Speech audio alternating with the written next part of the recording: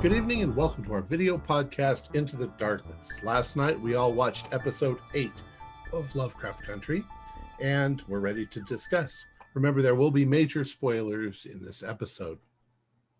Comment at the bottom if you want to give us your opinion, and we'll chat with you. Or now on our Discord, we've also got a room for Lovecraft Country chat. Tonight, our participants will be Josh Harwood, John Dos Passos, and Wayne Worthy, and myself. All right, guys. What did you think about the episode? I guess we can start towards the beginning. There was a funeral. Yep. Which it felt like we missed an episode or so. Yes, it did. It did. Right. It was really interesting because I was like, they showed the previously on the last episode, and the last you see is Hippolyta like disappearing away, coming back, and I'm wondering like, okay, did something happen, and she came back and it wasn't right or whatever, and I know they're going away from the book, so I'm like trying to figure it out, and then no, that's not what it is. It's a funeral, and it was like we were supposed to know that it was Dee's friend. Well, it wasn't just Dee's friend; it was Emmett Till. Till, right? Which is a historical person or just somebody from the book? He was accused of assaulting or looking at a white woman wrong, and Bob came out and he was tied up. And he was barbed wire, and that was one of many murders of the period. It's They do it very distastefully, actually, in a film called Tales from the Hood 2. They cover it, and it's very distasteful. So yeah, I like a lot of the historical stuff, but I mean this sort of, it was like I would have liked a little more context. We, like you said, we just sort of were dropped into it, and I eventually caught on. It was just sort of took a second to be like, oh wait, whose funeral is this? Yeah, they mentioned Emmett Till, and then it clicked for me. I was like, okay, this is what it is. Right, because then a lot of people don't know what that is. Right, because they reference him again at the end throughout the episode. I'm glad they're bringing in more historical parts of Black culture and stuff, just because, like a history lesson, it's telling people that these awful things happened, and you need to know them because they happened. You can't forget that they happened. Right. And then our little Dee, she leaves the funeral because she can't handle the whole thing. I think it was in the last episode when it was what's her name, Letitia. She was like babysitting Dee and her friends, and they were playing cards, and they were like, Bobo wasn't around because he's usually the good one with the cards. That's who they were referring to. Right. Okay. Yeah, so like that hit her really, really hard. So yeah. And then one of the things I noticed too was like in this episode that Montrose actually stepped up a bit. More. A bit more, yeah. I thought that we were going to get an interesting dialogue there where we realize how incredibly damaged he is and maybe find a little empathy for him. And then our sweet little girl runs down an alleyway, and the police, fucking police. Yeah. The magic using magic police. Yeah. That was quite, it was I don't know if it felt uncomfortable, but in how you're meant to feel. I felt like, I felt like I was in her shoes briefly, and it was very terrifying. I'm going to skip ahead slightly. I'm going to bring it right back to this because in the book, it wasn't like Dee wasn't a girl, she was a boy. And, Forrest, right? Yeah, and they mentioned that when in this episode, I was like, wow, that's a really cool way to tie things off, because it's different in the book. Right. That was like Lovecraft Country in the book is the Lovecraft Country that we've read, except it has a different author.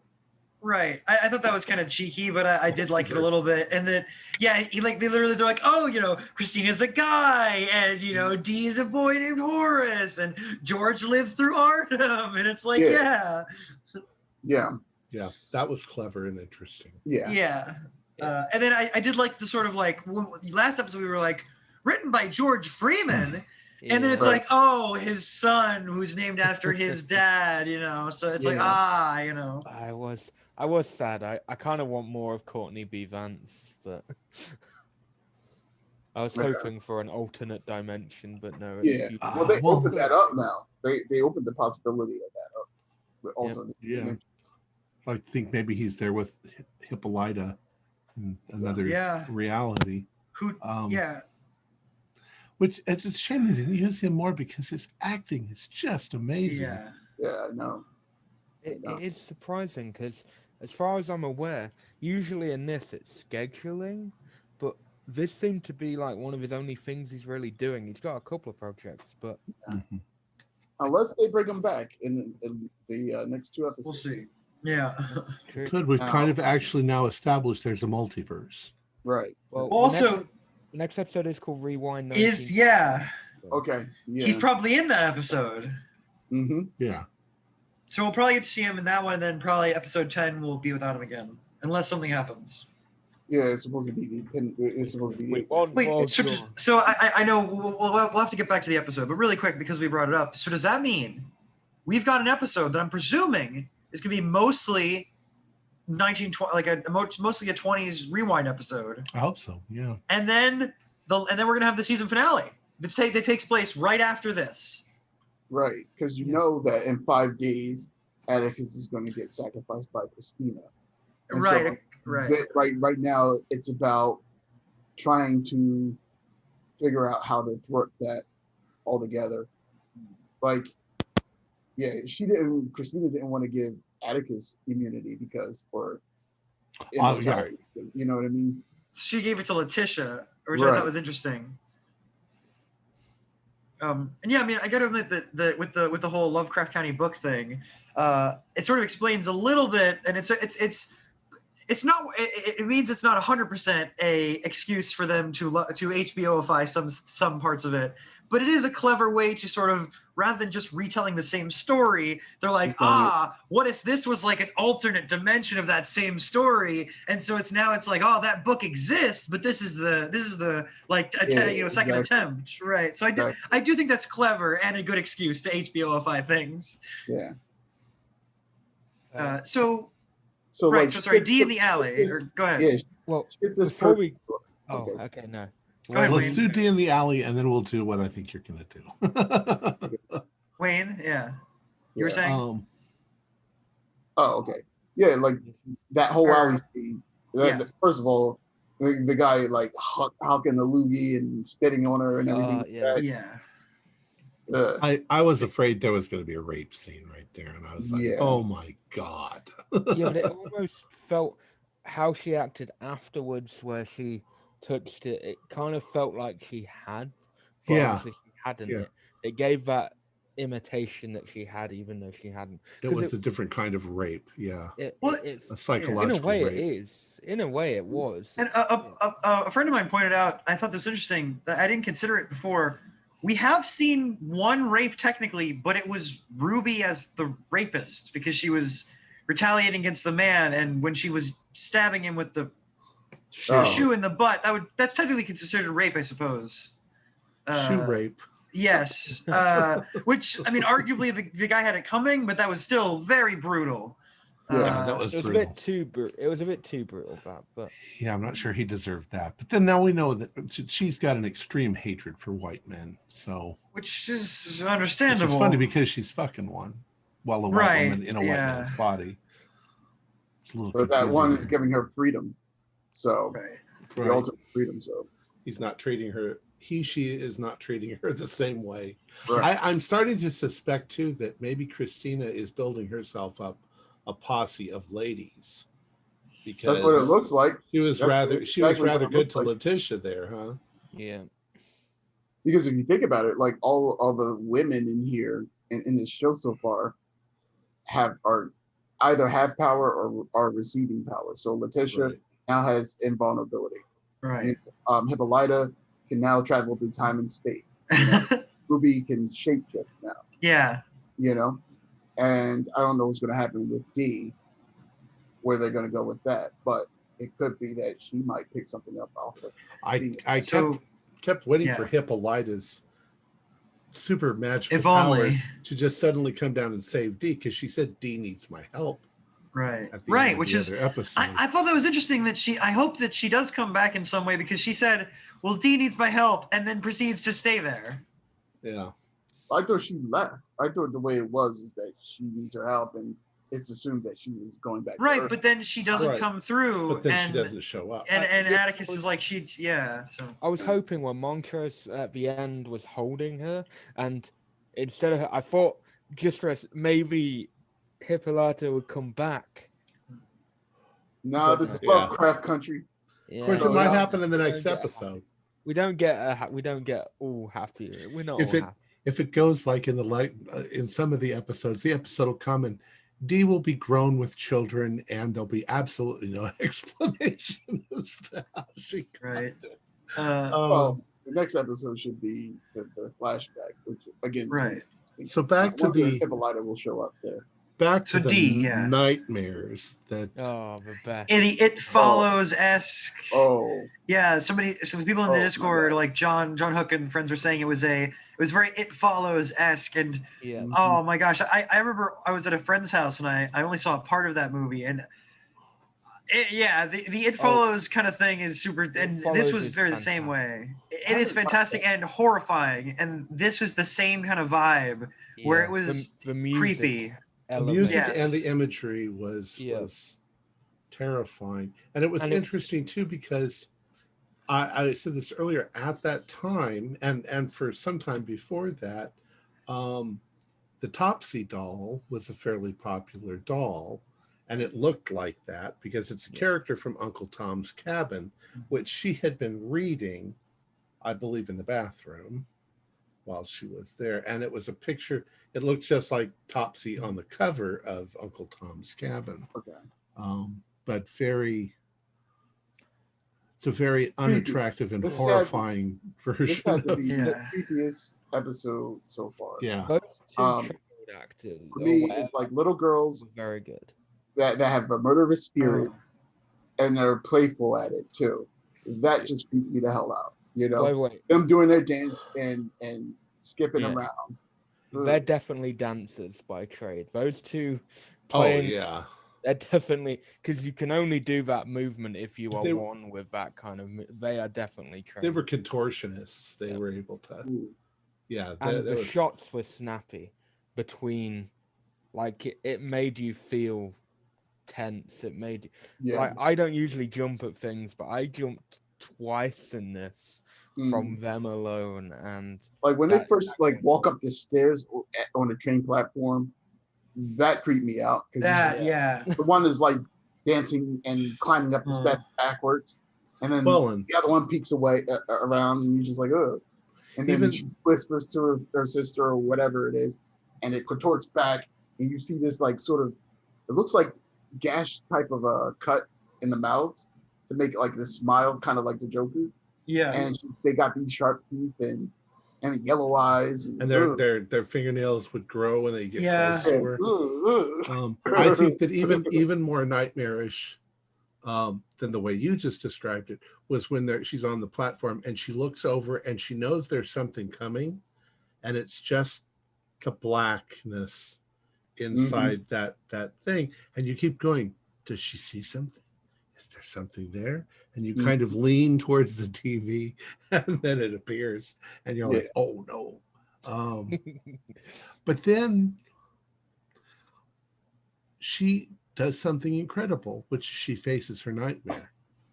I mean, we all have nightmares, and at first they're scary, and then you kind of learn to, no, fuck you, nightmare. I'm not going to put up with this.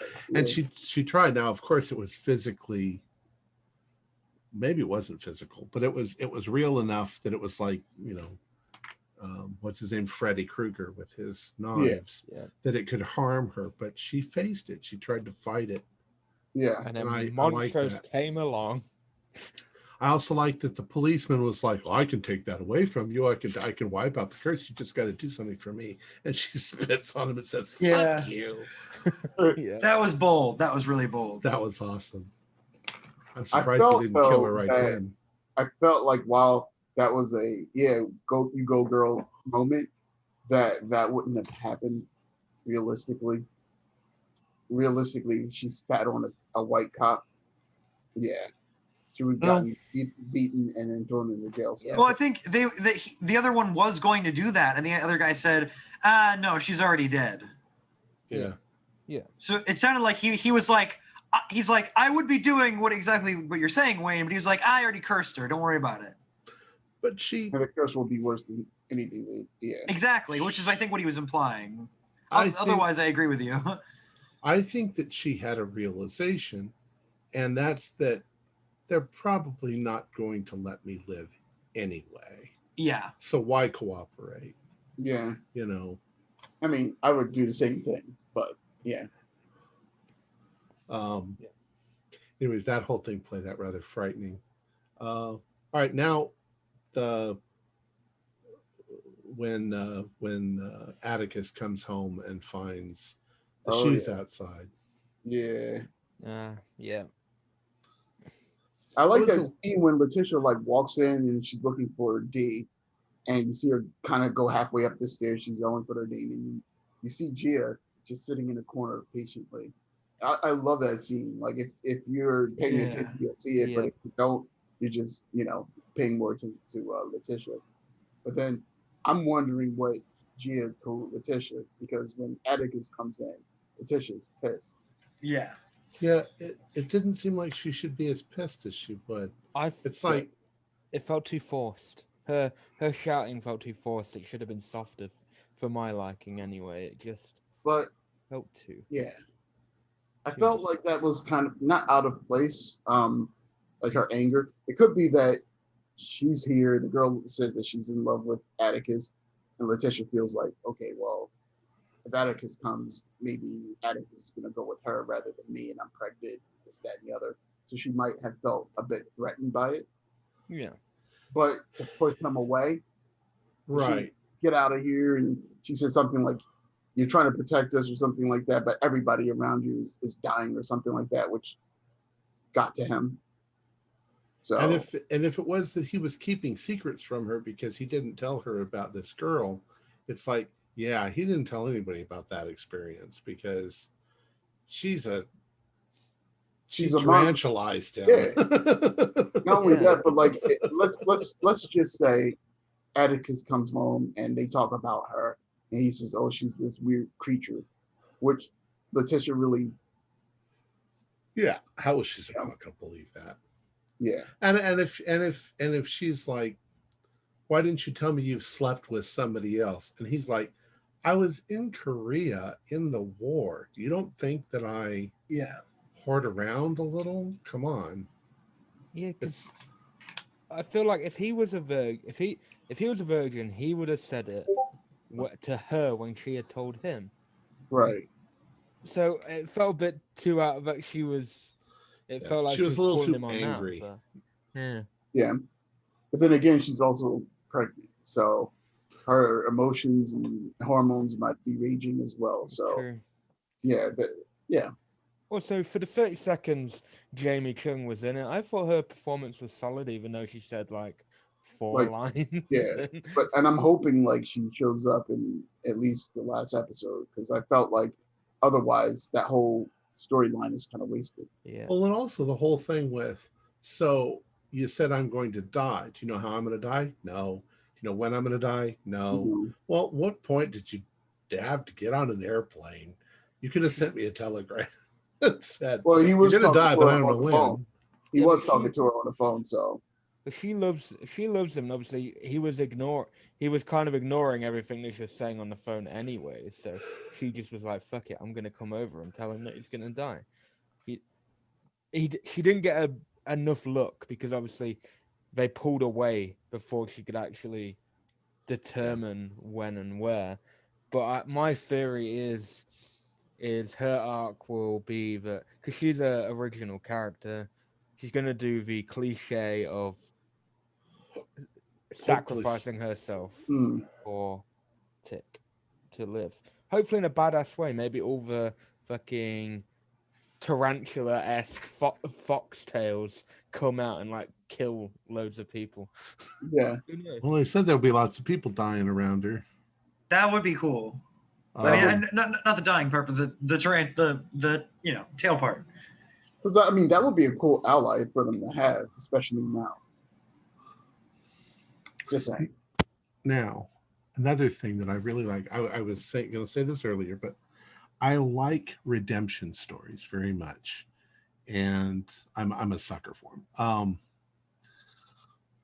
Christina and after the during the funeral, Ruby transforms into a white woman, has sex with Christina as William, and then transforms back. And then she asks Christina, she says, "Don't you feel anything about, the fact that this little boy's been murdered and all that?" And Christina says, "No. And you don't either, and you're just really doing what you want to do." And it was kind of an interesting punch in the gut for Ruby. But I think throughout this, Christina does listen to these people, because then Christina does something really weird. She goes to the wharf. She hires these people to beat the shit out of her, wrap the barbed wire around her, and throw her in the water. And shoot her. Remember, they shot her twice in the stomach. Right. Oh yeah, they shot her twice after she had removed the enchantment from herself. And I kept thinking, did she do that because she also realizes that with her powers, she can't empathize with people anymore, right, and she needed to be able to understand what that poor child went through, so that she could understand it again. So maybe Christina is now moving back towards the light, maybe a little bit. I'm hoping. It'd be interesting. Like I said, I want a redemption story. It could be if let's say it does get renewed for season 2, maybe that could be something they go further into. Like that. That would be cool. It depends on how they end this season, because at this point, I don't know how they're going to end it. But... Well, let's hope that it doesn't end with the producers up in their little offices, having not watched any of it, going, "What the fuck was that?" and cancel. That's happened so many times in so many series. Well, at the minute, it's meant to just be a limited one season, but as I've said every episode so far, they are still in talks of maybe there being a second. I'll watch a second season. They're always looking to make more money. Here's the thing. It's going to come down to that. So there's another show called The Magicians that's based off of a book series. Mm-hmm. And they pretty much did like book 1 and 2 kind of in the first season. And they kind of went off from there and just did their own thing. And so they could simply really do the same thing with this, like tell the basic story.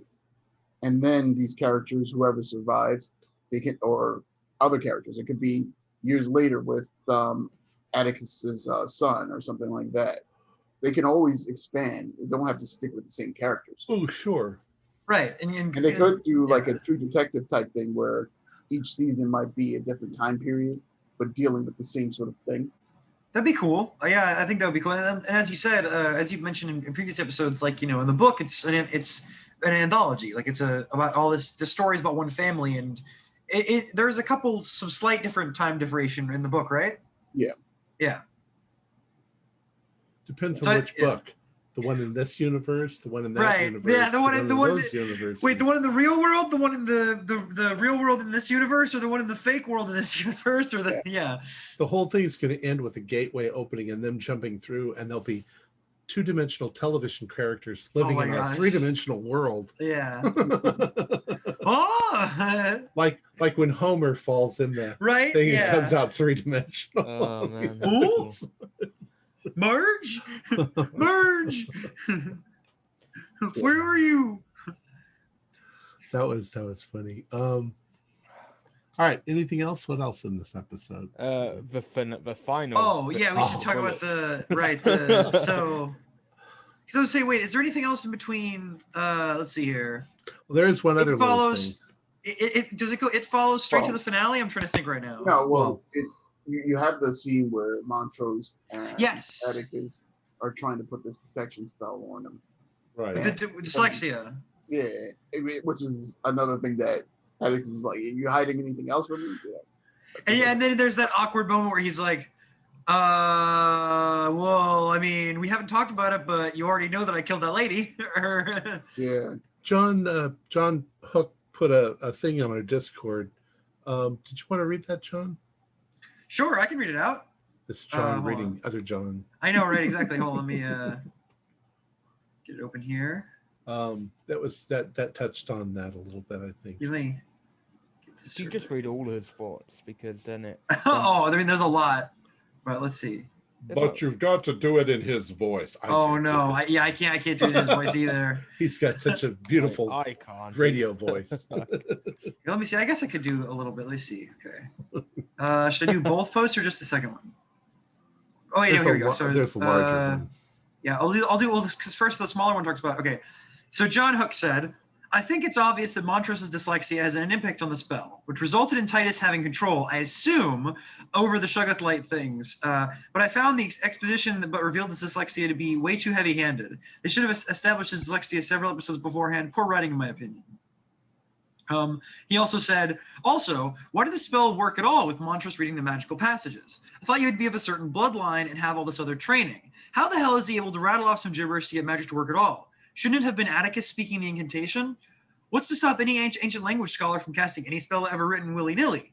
It seems like we're not going to get Atticus' adventure in the future, and that disappoints me. How far into the future did he go? Some woman shoved his son's book into his hands? Who was she, and how did she know Atticus was coming? The cardinal rule of storytelling is to show, not tell. Especially in a visual medium like television, I want to see Atticus stumbling into Newtown Square, Marty McFly style, as he sees a movie arcade board advertising Jaws 19. I do like that. And then he also said, I did like the It Follows aspect for the things that were chasing Dee, but initially they had that poster's eyes following her. Then she sees the characters on the cover of the Uncle Tom book. I would have liked it if instead of a pair of characters chasing her, it was a variety of different monsters that were stepping out of advertisements and other printed material to reach out to her wherever she goes. Until eventually, instead of it being printed material, things like doors and furniture begin to morph into something monstrous. She'd literally have nowhere safe to run and hide. Once she starts hitting them with a pipe, they become something you can battle. I feel like this was a writer's first draft of a monster, and his editor did not hold him accountable to create something even better. I agree with Tom. The scene with the Korean woman, whose name escapes me right now, felt so, Gia, right? Or Jaya? Gia or Jaya?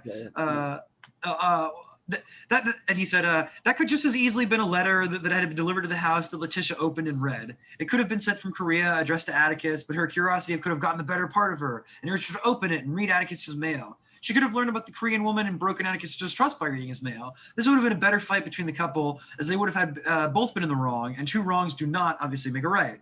This was also a half-written scene. It needed better editing. All right, and that was pretty much everything he said. And did you want to read your response, Tom? Not necessarily. I've probably said it already, but one thing that he said that I'm not sure that I would agree with was the whole monster thing.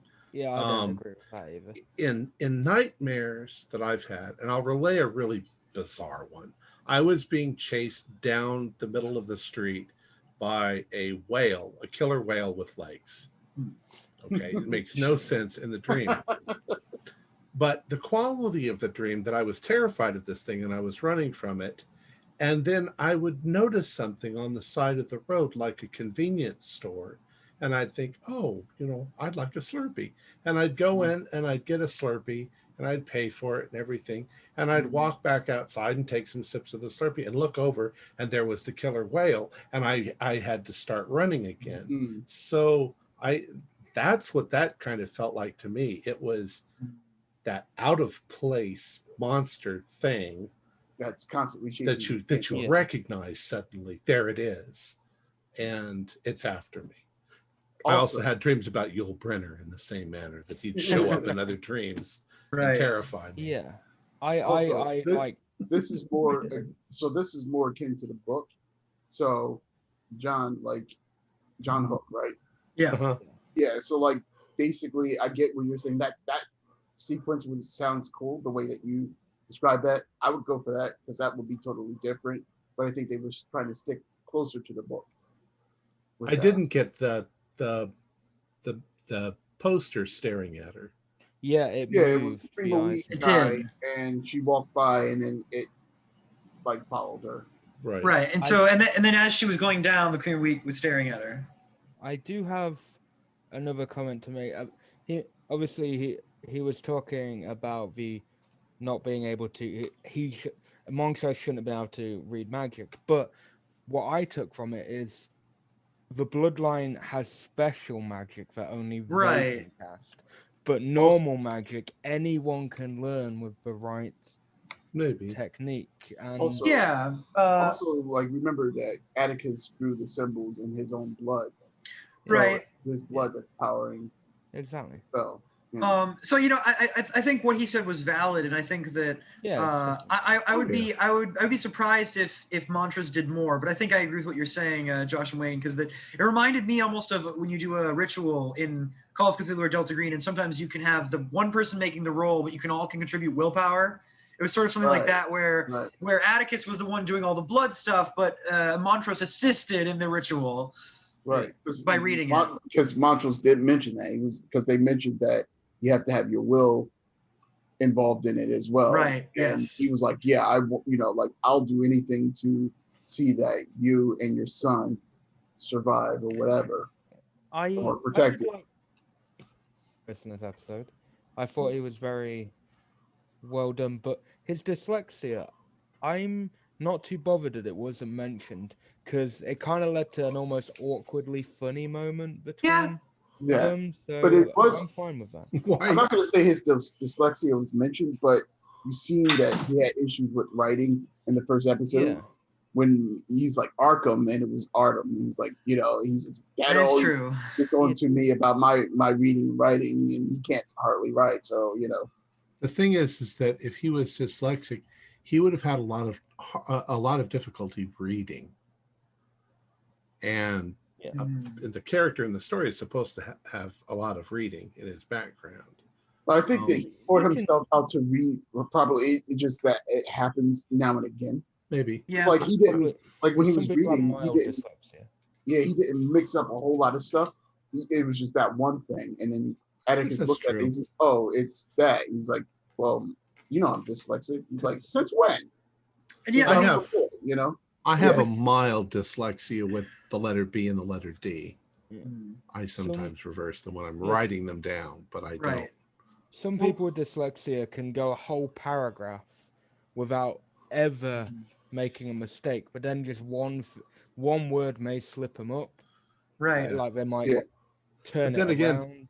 But I'm not so sure that the guy reading the magical spell should be the guy with dyslexia. Yeah, exactly. He's likely to turn you into a chicken. Which is why I thought it was a funny scene.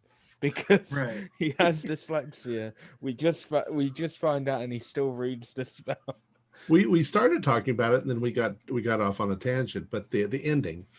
The policeman tries to get inside. I wanted to bring that up because of the ending, because he did this spell and we made to think that it didn't work. And then we get this end scene, which was really good. Yep. Well, we know that the blood on the doorways was put there by the woman who cast out the thing. So that was actually kind of comical too. Yeah. When Flunky Cop just walks through the door and the sheriff wins and he's like, honest to God, shocked. Yeah, he's like See, the thing about Lancaster is, before we get into the scene, because it's one of the best shot scenes they've done. Oh yeah. But he obviously supposedly meets his demise, which I hope he hasn't died. I don't know about that. Yeah. I'm hoping he hasn't. He might have been, considering what his body looked like, he may have been torn apart before. Yeah. And they just stick him back together. You see his arm get ripped off, but they try to throw us off because a cop gets thrown.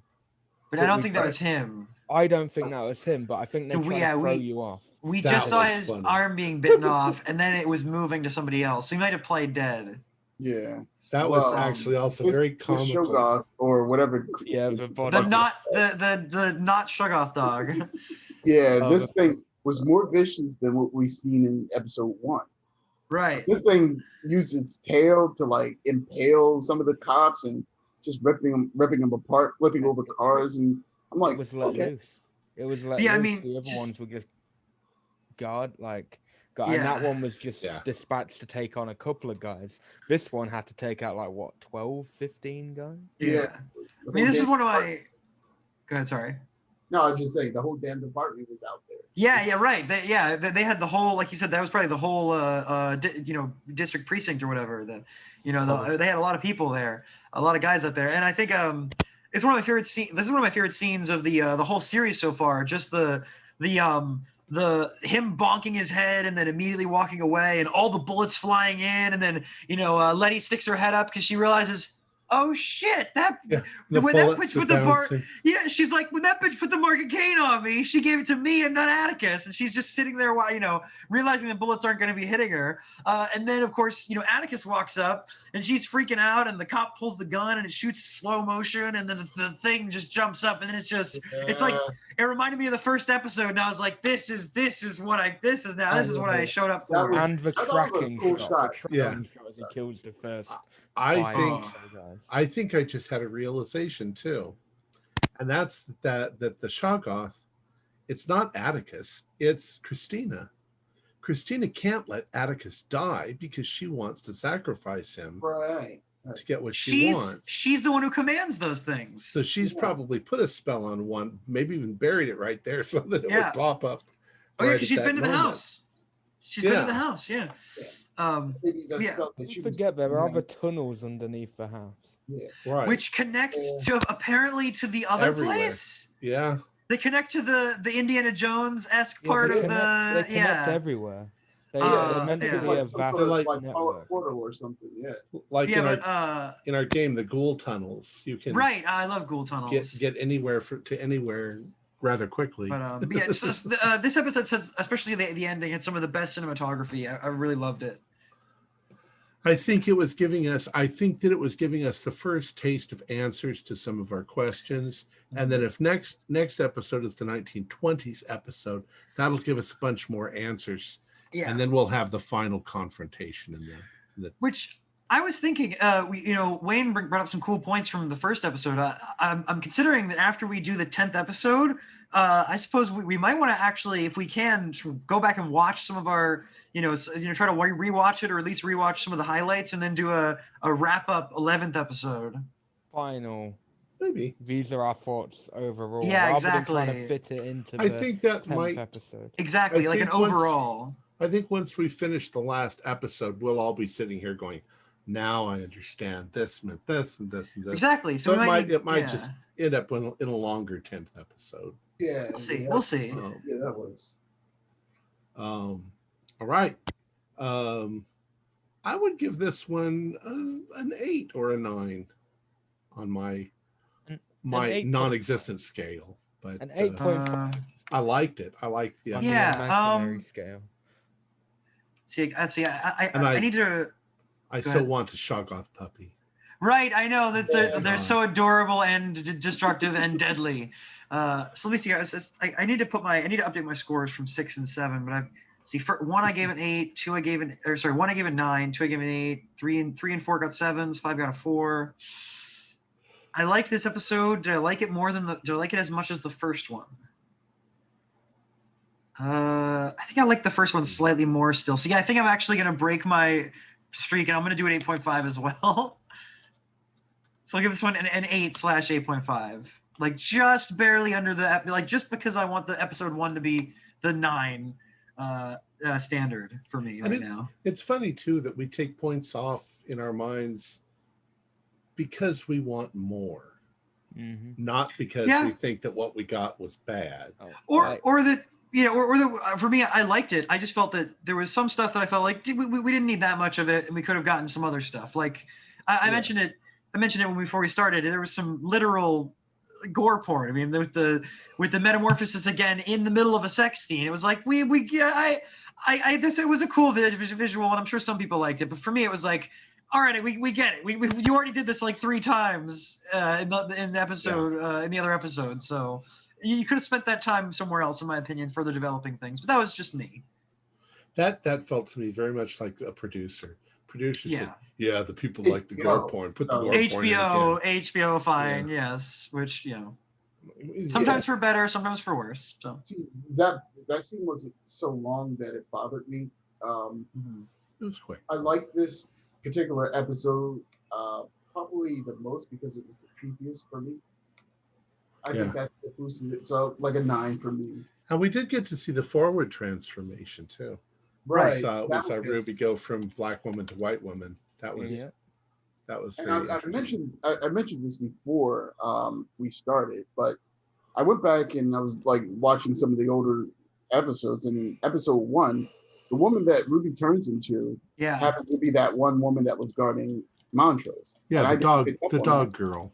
Yeah. I didn't pick up on that the first time. So. Yeah. I did think it odd that woman was in that episode and that we never saw her again. Yeah. Well, we did. We have technically. See, the short little vignette sometimes I don't get it. Like in this one with the Korean girl, it's like they paid her for literally 35 seconds of the episode. Unfortunately. And it makes me think that surely they had like a 2 or 3 hour filming session and they did a lot more and then maybe they cut it. Yeah, most likely. That's usually how it goes. Because just film loads and cut it. Yeah. Right. I mean, she had to get all those tail things inside of her, and I shouldn't use them, but makeup. Which makes me question her. Like, can she be killed? And if she can be killed, how hard is it for her to be killed? Right. So, like, if let's say, for example, Tick would have shot her in Korea, would she have sprouted all those tails and ripped everybody apart? She wouldn't have died because she hadn't fulfilled her souls. Right. So they're basically immortal because once they finish what they're there for, they almost become mortal because most cameos start off as like Kitsune are actual foxes that get turned into these. But obviously going by this, Jaya seems like she was a human who turned into one of these. They can, because they can be possessed. Humans can be possessed and become a cameo or a kitsune. That's another way of doing it. So, yeah, I don't know. And that's why she was trying to get the 100 men. They most likely become some form of get some form of mortality after they become people. Yeah, probably still with their tentacles. She called herself a succubus in this episode too. So the answer is she can be killed by up to 8, or by no less than 9 men, because she can only take on one with each. Then the last one gets in and shoots her. Yeah, it's very interesting legend. You guys should look into cameos and stuff. Very cool. The 9-tailed fox. Right, I say, really cool, so. I did just a little bit of research when we were doing episode 6, and I did like I've seen a couple depictions of the 9-tailed fox, and it's a very interesting lore. And that Korean episode is still my favorite. Yes, it's a very good. It's a very good one. It's the only one I gave a 10. So. All right, did we all give our scores? Yep. Did you give your score, Josh? Okay. Yeah. I have one more thing. One more thing. We were the 8.5s, yeah. Oh, yes, you're one more thing. Is it even a Lovecraft Country discussion episode without Josh's one more thing? No, exactly. It's not. But, Tom, you're going to want to take your headphones off. Uh-oh. And anyone who doesn't want to hear. Because I'm going to say about what? The preview. Oh, the preview? I'm going to say it. Given it's a flashback episode, I'll allow it this time. Go ahead. Okay. So, basically, it's a time travel episode by the looks of the teaser. I am so hyped for this. So it looks like hyped. Montrose, Letty, and I think Ruby. Oh, Tom's I gonna think flip. I saw Ruby. They're gonna Okay. time travel to 1921. So flashback episode, not literally rewind to 1921. Oh, I love this. I love this idea. I'm excited. I'm also gonna see something with D because she's like she's like in a coma on a sofa in the teaser. Oh, I'm very excited. I'm very excited. But yeah, there we go. And I'll bring Tom back. And Welcome back. Come back now, people who. Yes, anybody that didn't want to hear the teaser, you're welcome to. Yeah, I turned that off really quick. All right, that's it. Yeah, that's it. That's my one. I think we're good. Well, all right. We are Into the Darkness. We constitute a large group of friends from around the world that play a game called Call of Cthulhu role-playing game. You can find us at intothedarkness.club. We play Tuesdays through Fridays, a couple of hours each night, and we post our videos on YouTube. We have a Discord server where you can chat with our other members. You can set up private games and learn the finer arts of gameplay and game mastery. There's a link below. We currently produce up to 4 shows a week with music and sound effects added in post-production in order to create a richer listener experience. We provide audio-only versions of our shows free for you to download from Podbean or iTunes. The costs involved with the show are provided almost entirely by our patrons. Without them, we wouldn't be able to do what we do. If you'd like to help support our show, please visit our Patreon account. Just $1 a month helps us a lot. You can find a link in the description below. Like, share, and subscribe to our channel, and punch the bell icon for updates on our latest shows. And leave us some comments. We enjoy reading them and answering any questions you might have. This is Tom Rayleigh, together with all the members of our gaming club, inviting you to journey with us once again into the darkness for another adventure into the universe of H.P. Lovecraft and the Call of Cthulhu role-playing game. Until next time, good luck and good gaming.